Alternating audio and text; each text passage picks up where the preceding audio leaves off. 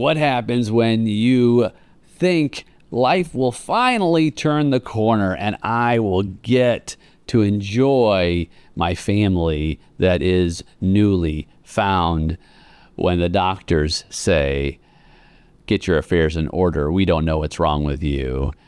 You're going to die.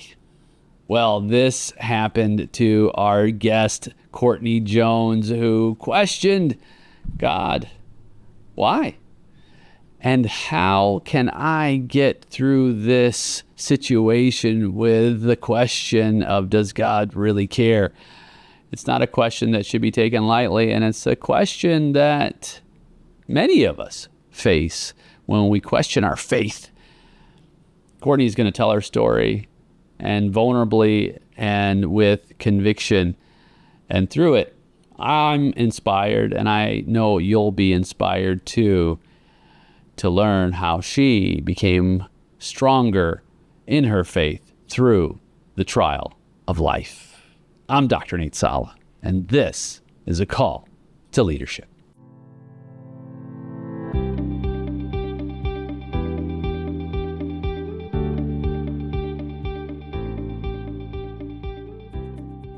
Courtney, hello. Hello. Happy to see you and You hear too. you. Yes, And exactly. where's home for you? Right now, Detroit. So I split my time between Detroit, Michigan, and Gilbert, Arizona. And since it's hot, I choose Detroit. Detroit. Yes, yes, that's probably a little cooler than Arizona for sure. Most days, yes.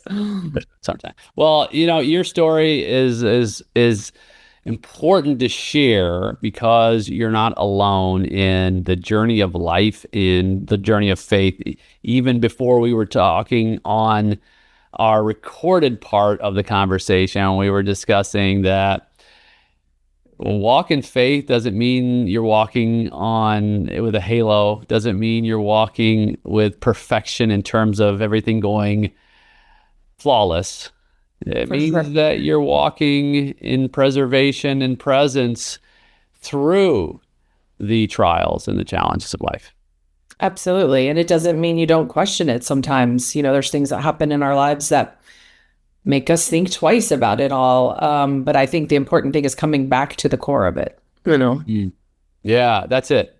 And so you're no stranger to that plight of the questioning. So many people face struggles daily, and I think more now. I don't want to say than ever, because that's a bold statement, but more now in terms of challenges with mental health and emotional health, especially post-pandemic. And through the years, you've experienced things, and I'd love to go back to 2000s, early 2000s, to your journey, and just kind of unpacking this faith journey, this questioning journey, the why God. There's I don't know very many people who are people of faith who have struggled and gone through deep trials, have not had that question. Absolutely. Yeah. I mean, I think if I think about it honestly, before my huge questioning was just simply my questioning as I became a young adult. Like I was always raised in a Catholic family back then. And I have a great aunt who was a nun, and my mom almost became a nun, so I almost wasn't here, so we have a lot of that history in our family. But in my early 20s, I started questioning all of that just from my natural way of thinking. I just didn't understand the Catholic belief that there had to be an intermediary between me and God. And so I started questioning that. And when I couldn't find that anywhere in the Bible, I questioned the whole thing instead of just that belief system, right?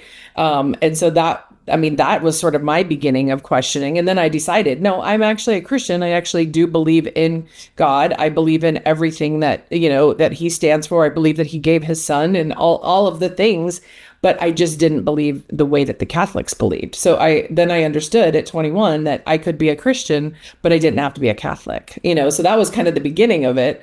And then as my life went on, there were plenty of opportunities to question it more. But in 2008, I had probably the most devastating experience to really question it. And that was, I had gone through like probably 5 years of fertility issues and had 8 miscarriages. And finally, I had this precious little baby. Well, she was 4 at the time. And we went to Disney World for a week for vacation. And when we came home, everything was great. We had this wonderful life. My husband and I were working in our real estate business together. We were buying 6 to 12 houses a month for our business. And I woke up that one morning after coming back from Disney World, and I was completely paralyzed and just could not get out of bed. 12 hours before that, I was perfectly normal and everything was wonderful.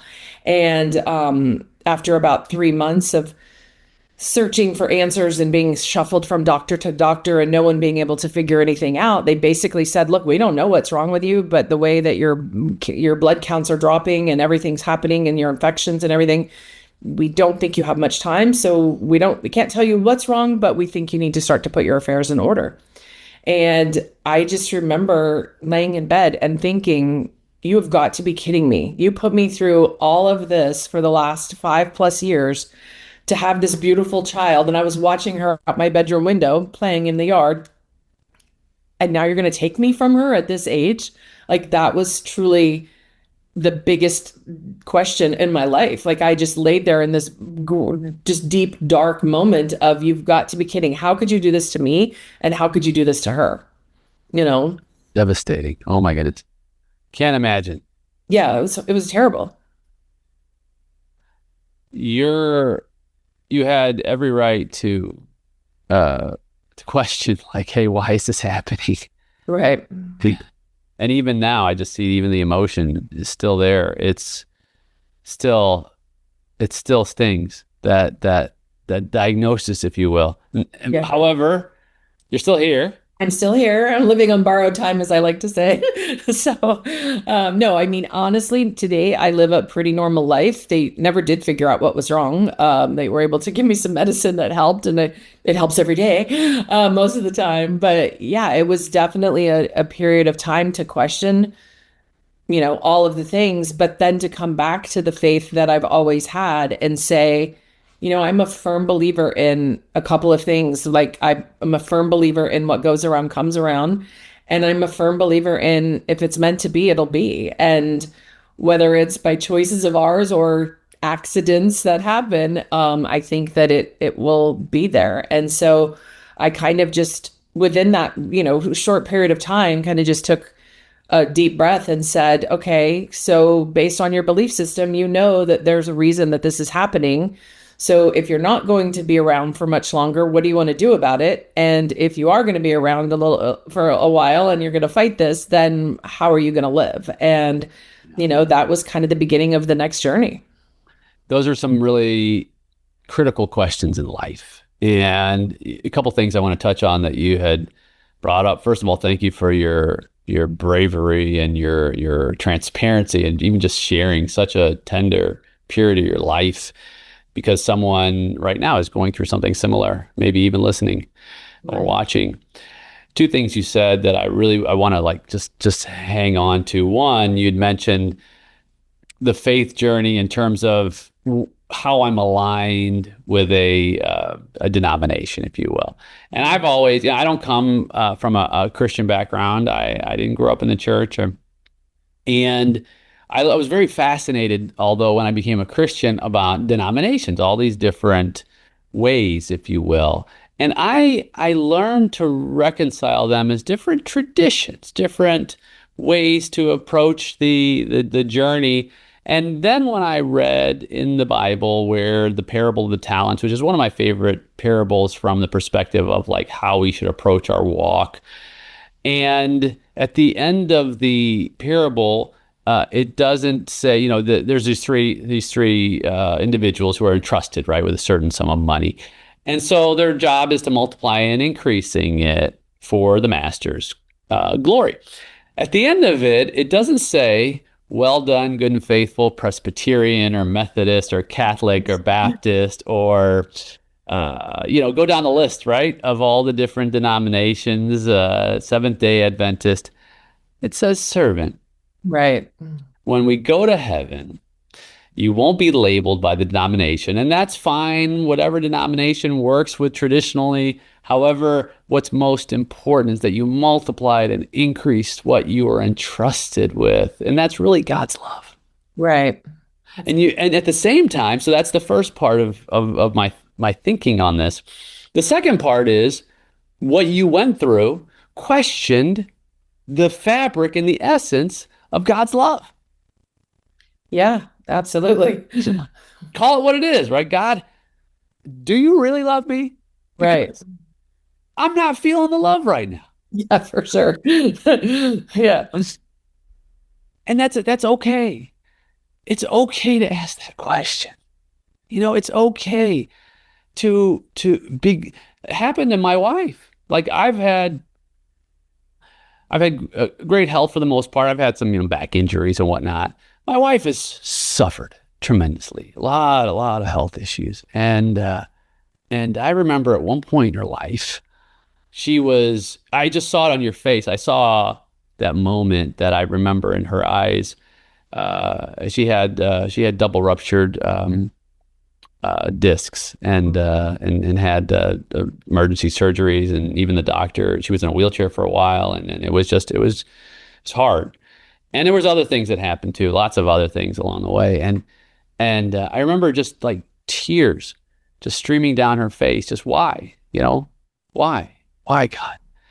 And I'm her husband, and I care deeply. And there's nothing I can say. There's nothing I can do, because, the old cliche, right? Problem solvers, right? We always want to is there something, a nail? We want to hammer it so we can, that doesn't always work. Right. Here's the other thing that doesn't always work. It's going to be okay. Because sometimes it's not going to be okay. Not going to be okay. Right. Yeah. The only thing that I could think of is that no matter what happens, I'm here with you. And as much as I want to give you some kind of word that will make everything change, this, someone listening knows this, that doesn't always work. But here's what happened. In that journey, I want to hear this progression for you. In that journey, I remember the words out of her mouth were out of Job. And as the tears are streaming, though you slay me, yet will I trust you. Those were not easy words to say, and they didn't come right away. They came through the deepest trial, the deepest challenges, the deepest sense of character building that God is working in and through us, through that trust that you can't teach that. Right. Right. You have to experience it. Yeah, very true. And But so for you want you, people to experience it. don't want to experience it. Right. For you, talk about the in-between time. Like, what was it like at that time where you're like, I'm not quite sure? Yeah, I mean, it happened so quickly because I thought I was dealing with a end time, right? I mean, based on what doctors had said, I thought I was dealing with an alarm clock going off shortly. And obviously, in my head and logically, I knew that, they don't know an exact date by any means, but I How knew old that were you? I was 41. Wow. So yeah, you're like, hey, look, I mean, I'm just really getting going here, if you will, right? And really, I did, because I didn't have my daughter till 37. So I did kind of feel like that stage of my life was kind of just starting. And when they had said a few months, to me, that was, at the end of the month kind of thing, was sort of how I thought it. So I really sort of had to accelerate the process, if you will. And that's when I kind of said, okay, well, if that does happen, there's a lot of crap you haven't taken care of that you need to get taken care of, And so I started kind of thinking about those things. I actually started recording a bunch of videos of all the lessons I wanted to teach my daughter through life that didn't think I would be there to be able to teach her. So I started, setting up, and I was bedbound at that stage for a really long time, and so I just set up a video camera. My husband would set it up, and then I would just record lesson after lesson. And of course, it was heartbreaking doing this, so I would constantly have to stop and restart and everything, because I didn't want her to watch these back, fast forward 5-10 years, and me be bawling the whole time. So I started that process, but I also had to start the process of what if they're wrong. And my mind went to, what if they're wrong and you're going to live, and this is your new reality? You're bedbound or wheelchair bound, and this is just what it's going to be. How are you going to live, and how are things going to be different? How are you going to survive? What is the day-to-day going to look like? We were fortunate enough having our own business that we were able to be extremely flexible. And my husband would have to come home 2 and 3 times a day to feed me, because I couldn't even move my arms, And so there was a lot of that kind of stuff where it was like, okay, this is fine for this temporary thing, but what does this look like long term? And how is this going to work? At the time we were running our business, just the two of us. And we had 2 part-time salespeople, but we didn't have those salaries per se to take care of. They were commission. So we were kind of starting to have the conversations around, what do we want this to look like if I'm not here? And, my husband, for the first time, he had left corporate America like 3 or 4 years before that and joined me in the business. And that was the first time he kind of had to face this head on head and say, he goes, you know what? I like doing this business because I like the day-to-day with you. But if I have to support a daughter by myself, this isn't what I want to do. I'm not an entrepreneur. I'm doing it because you love it. I want to know that I'm going to get a paycheck every Friday. And I want to know that no matter what I do, I'm going to be able to take care of our daughter. So it really started a lot of different conversations for us as well, and kind of going through that process, which was something we probably never would have done, No. Yeah, different, and it's totally different mindset, the entrepreneur versus the wage earner, if you will. I mean, there's a lot of uncertainty that you have to be comfortable in, at least deal with the discomfort in such a way that propels you forward. And there's so many different aspects of it. And Sure. and here's what I'm curious about. You had to start thinking differently. Yeah. Hey friend, it's your friend, Dr. Nate Salah. If you've ever wondered how your leadership style reflects Jesus, or how it could, I've got something just for you. It's called the Incarnational Instrument, and it's a powerful self-assessment we created to help you discover your biblical identity, your leadership profile through the lens of Christ. It's practical, it's insightful, and it's completely free for our podcast community. Just head to biblicalidentity.com to take yours today. That's biblicalidentity.com, and find out how you lead and how you can lead holy. Yeah. Yeah. Yeah. And it wasn't, I don't know. I think it's just sort of how my brain works. I'm a very big picture person, but then I'm really also kind of good at breaking things down to the day to day. So it was sort of like all of a sudden I just started having I'm always, when you present, if somebody presents something to me, I'm always looking at okay, what are the pros? What are the cons? What's in between? Where's the reality? Where's the, make believe, made up sales stuff? That's how my brain just works. And it sort of worked the same in this capacity, which when I look at it, it was kind of interesting. It's another experience of, wow, God is just so amazing in how he builds us, right? Because that's how my brain worked was, okay, well, what if what the doctors say is true and I'm not here very long? But then also, what if the opposite is true? So how am I going to live and what things need to get done? It created like 2 completely separate checklists of to do, if you will, depending on where my life was going to go. Cortney, this is actually the gospel in a lot of ways, where Jesus is saying, be ready. Right. At any point now, you know what? It may be 80 years from now, whatever that number is, be ready today at the same time.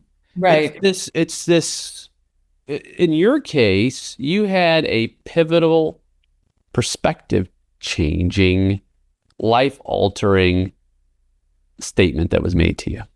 Yeah. And that that required you to shift into this thinking that Jesus has already prescribed in the Gospels. And it's recent. Just recently, a dear friend of mine was diagnosed with stage 4 pancreatic cancer, and I went and visited him at the hospital when he got the diagnosis. And I said, how is this affecting you? He said, well, massive perspective change. Yeah. Yeah. Today is like my entire perspective on life changes, priorities change, understanding change, plans change, all of it changes today. And it had a profound effect on me. When I left the hospital, I went home, and my wife's like, clearly she could see it, on my just how I was reacting. She said, "This is really hitting you." I said, "I care deeply about my friend and all that, and that's important. And I'm there for him. I'm there with him till the end. Here's what I say. I say, look, one of us is going to get there first. I could get hit by a bus today. One of us is going to get there first. Whoever gets there first, catch you on the other side, right? Yeah. I mean, that's the healthy, happy way, right, to look at it. However, at the same time, for me, as someone who has not had that perspective changing diagnosis, it still impacts me and causes me to question my priorities, question my motives, question my decisions on a daily basis. If it was me, this is my reflection point. I'm going home and I'm like, well, what if you got that diagnosis, Nate? How would that change your day? Right. Living that, almost forcing myself into a new reality in that moment to say, what do you reprioritize today? What's most important today? The first thing I thought, because I thought, you go through these things, right? All the things, like, okay, I'm an entrepreneur too, and I've owned a business for 30 years. Would I go back to work? And right. At first I thought, no, I wouldn't go back to work. I was like, but no, actually I would, because I enjoy the work I do. I enjoy the people I get to work with. I enjoy the clients we get to serve. And I think it blesses me and it keeps me active. And so I was like, okay, well, check. I wouldn't stop doing that. Well, what would you do more of? Well, I definitely spend more time with my wife and of course, my son. And it's like, okay, well, then do that. So it's okay. Leave work at a normal time. Right. And go do that. Or stop in the middle of the day and send a text and say, hey, thinking about you. Right? The intentionality of life begins to change. And, I wonder for you, how much of that, it sounds like that was in the works as you were working all this out. Like, okay, what do I have to be intentional about? Yeah. And it's funny when you were just telling your story, what made me chuckle was you went through this with a friend, but yet at the same time, not everyone has the same moment of how would this affect me, right? So it's like all of a sudden then my perspective changes because I'm going through that, or your perspective changes because you watched a friend go through that and it hit you hard. You've decided I want to be more intentional with and spend more time with my wife and my son. And then you try to do that and your wife and your son aren't there yet. They haven't had that same epiphany. And they're like, Dad, get off me. Like, I'm fine. Leave me alone. Right. Or your wife's like, no, I have plans this weekend. What are you talking about? And so when you start looking at that, it's funny because you realize that your life altering event isn't everyone's life altering event. Right. And so you kind of have to give grace to the people around you because they're not having that same experience and understanding things. For me, it was just simply a matter of, obviously, here I am all these years later. I lost track. I used to keep track, but it's obviously at least 12, 13, 14, 15 years later. I'm still here. I joke all the time that, I'm living on borrowed time, but I just live my life every day like like I do. And I know that my perspective has forever been changed. It doesn't mean that sometimes I'm not in the moment where, I'm acting insane as we entrepreneurs sometimes do about getting things done or, generating cash flow because I can't make bills or whatever the issue may be. Right. And then I'll just kind of take a moment and be like, okay, wait, this isn't what's important anymore. But I've definitely in my day-to-day life, there are so many small things that have changed that are forever changed. I used to be I'm a extremely organized kind of checklist type person and all that. And I'm still that. Like I don't think that core has gone away. But there's a lot of things like, I used to be super weird. This is telling about myself, but I used to be like super weird about how and where everything was in the pantry and how and where everything was in the kitchen cabinets and how and where. And now I could care less. Like, sometimes my husband will be like, wait, what do you mean we don't have pasta? You didn't, and I'm like, oh, sorry, did I forget to do that? Where like before that would have never been like, it would have been, something I would have really obsessed over. And so just simple things like that.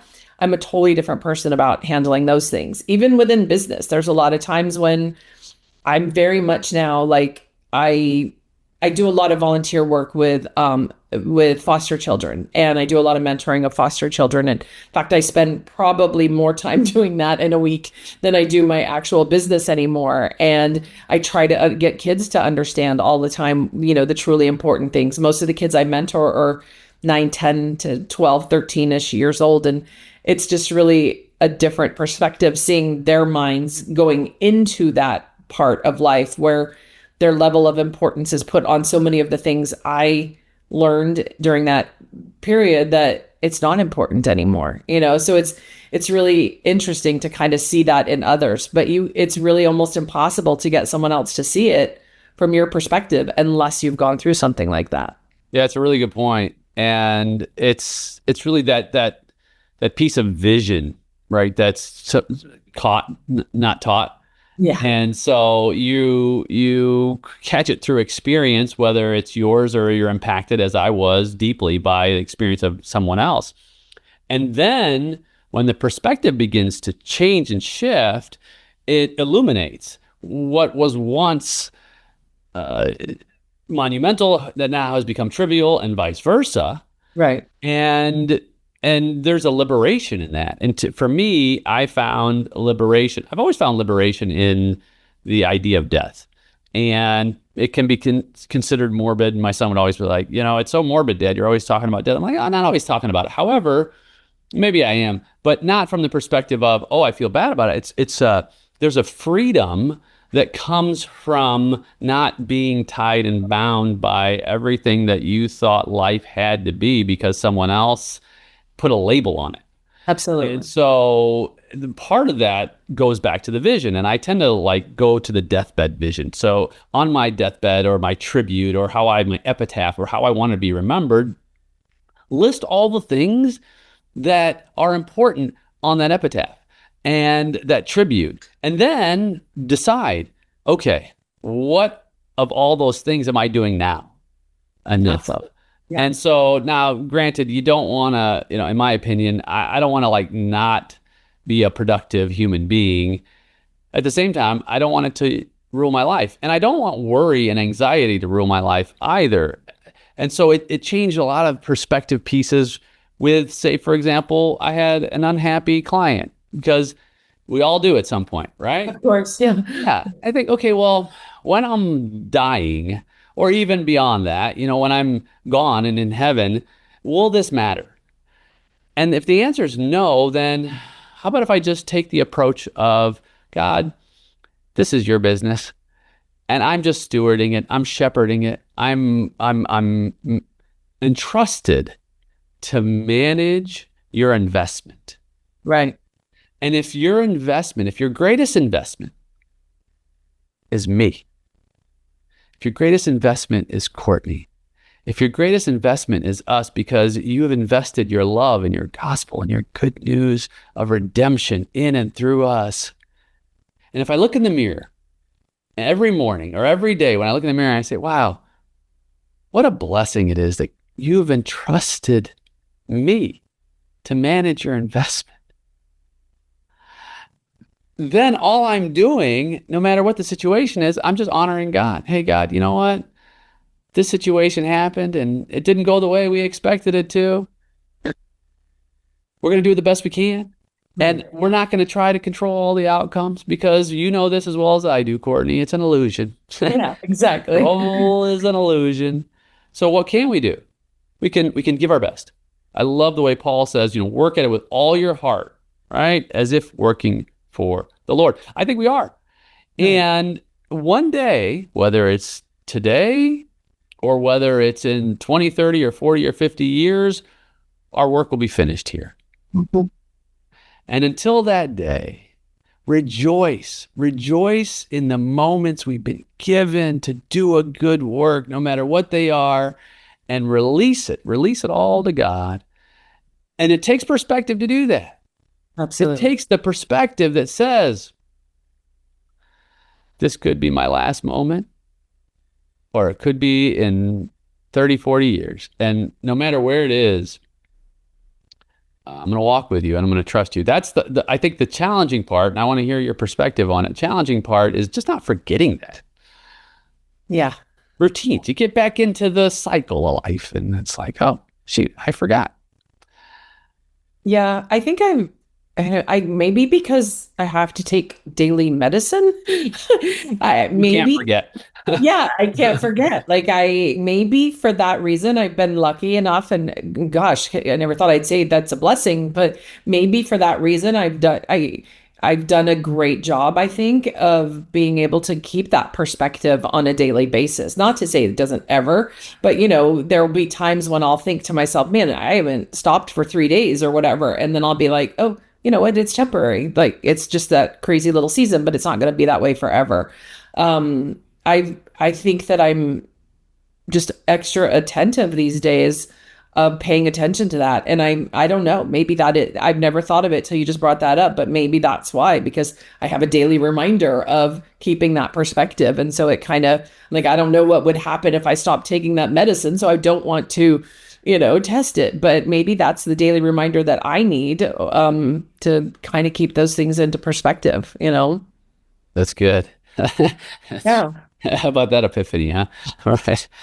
Well, and for those of us who perhaps do not have that daily reminder, what is it? What is it in the day that helps us to pause and walk in the gratitude of the moment as a gift? Yeah. Right. For sure. I think everybody has to find that thing. I've always kind of been that person who would stop and driving the car and pull off on the side of the road to enjoy a sunset, kind of just my husband calls me the big mush. And so I've always sort of been that person, but now I definitely notice it a little bit more.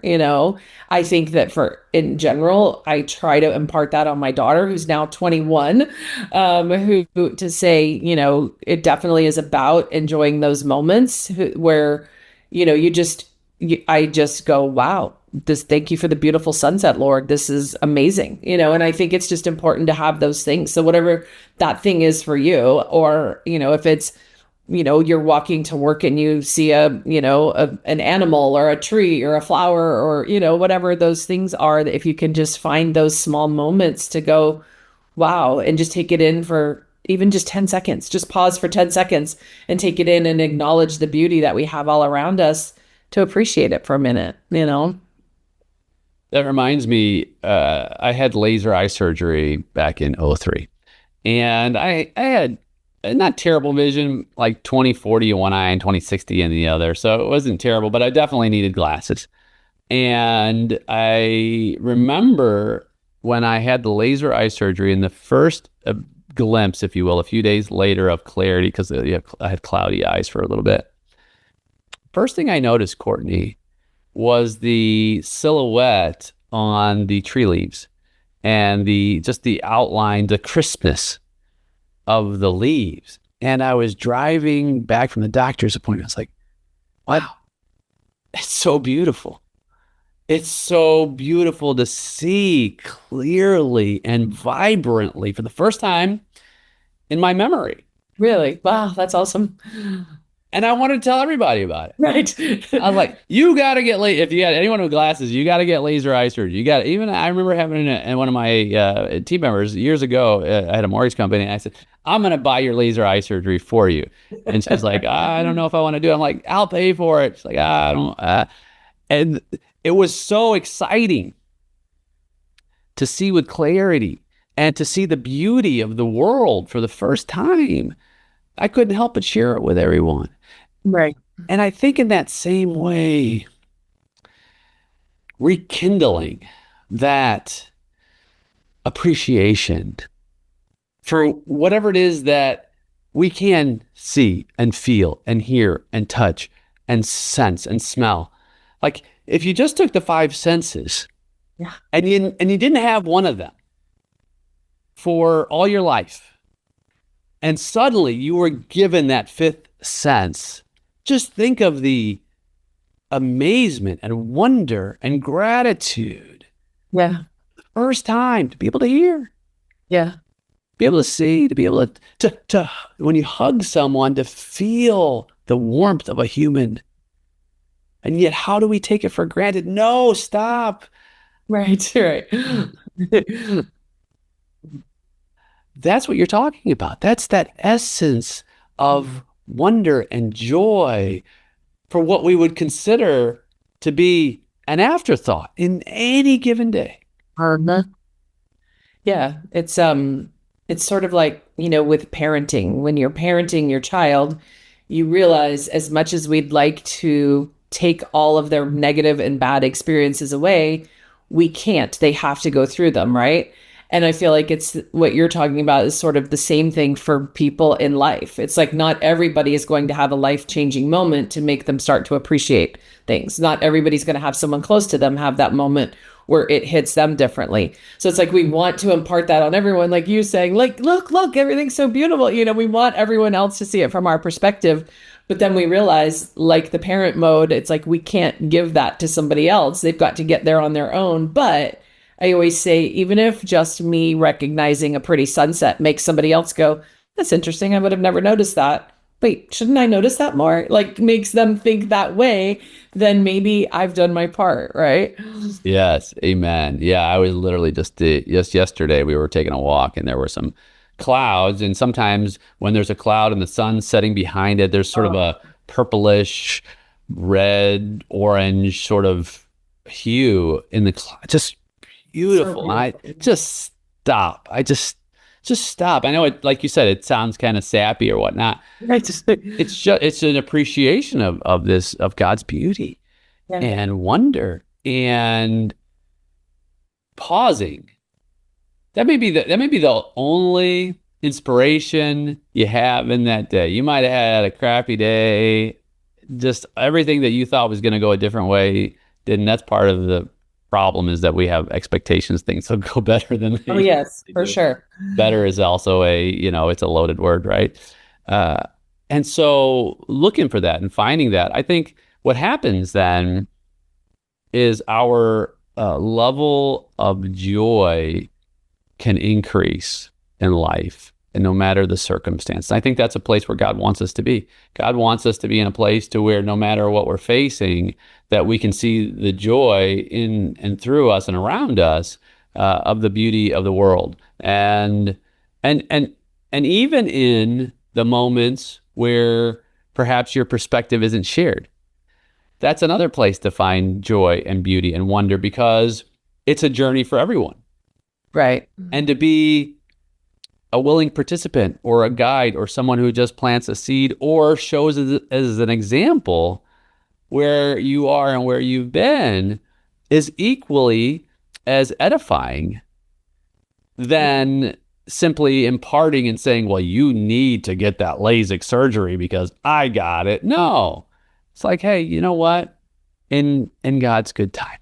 Yeah. Yeah. I mean, I think that's what, when I'm working with the children that I work with, that's what I have to remind myself constantly, because I'll say to them, let's just sit here and enjoy the sunset or whatever. And they're like, what? And so I always, when I'm driving away after dropping them off, I'm always thinking to myself, I know they think I'm corny as I'll get out, but hopefully at least someday, 10 years from now, they'll be like, remember that crazy woman that used to come over and help me all the time? She always wanted to watch the sunsets. She's right. Sunsets are nice, or whatever. Maybe it hits at some point. Amen. I love that. And so today, our message, it sounds like it's pretty clear that even if there's a struggle, even through the struggle, it's okay. It's okay to say why, to cry out. At the same time, it's okay to return Right. and say, I get it now. I don't get all of it. I don't get all of it, right? For sure. I get enough. I get enough. And sometimes I don't know exactly what I need in the moment, but I do know that I need to be someone who not only lives in a world that has faith. Sometimes if I can't carry my own faith, then perhaps it will be carried by someone else. Perhaps it will be when I'm stronger. Perhaps I can carry someone else's faith when it's too heavy for them to lift themselves.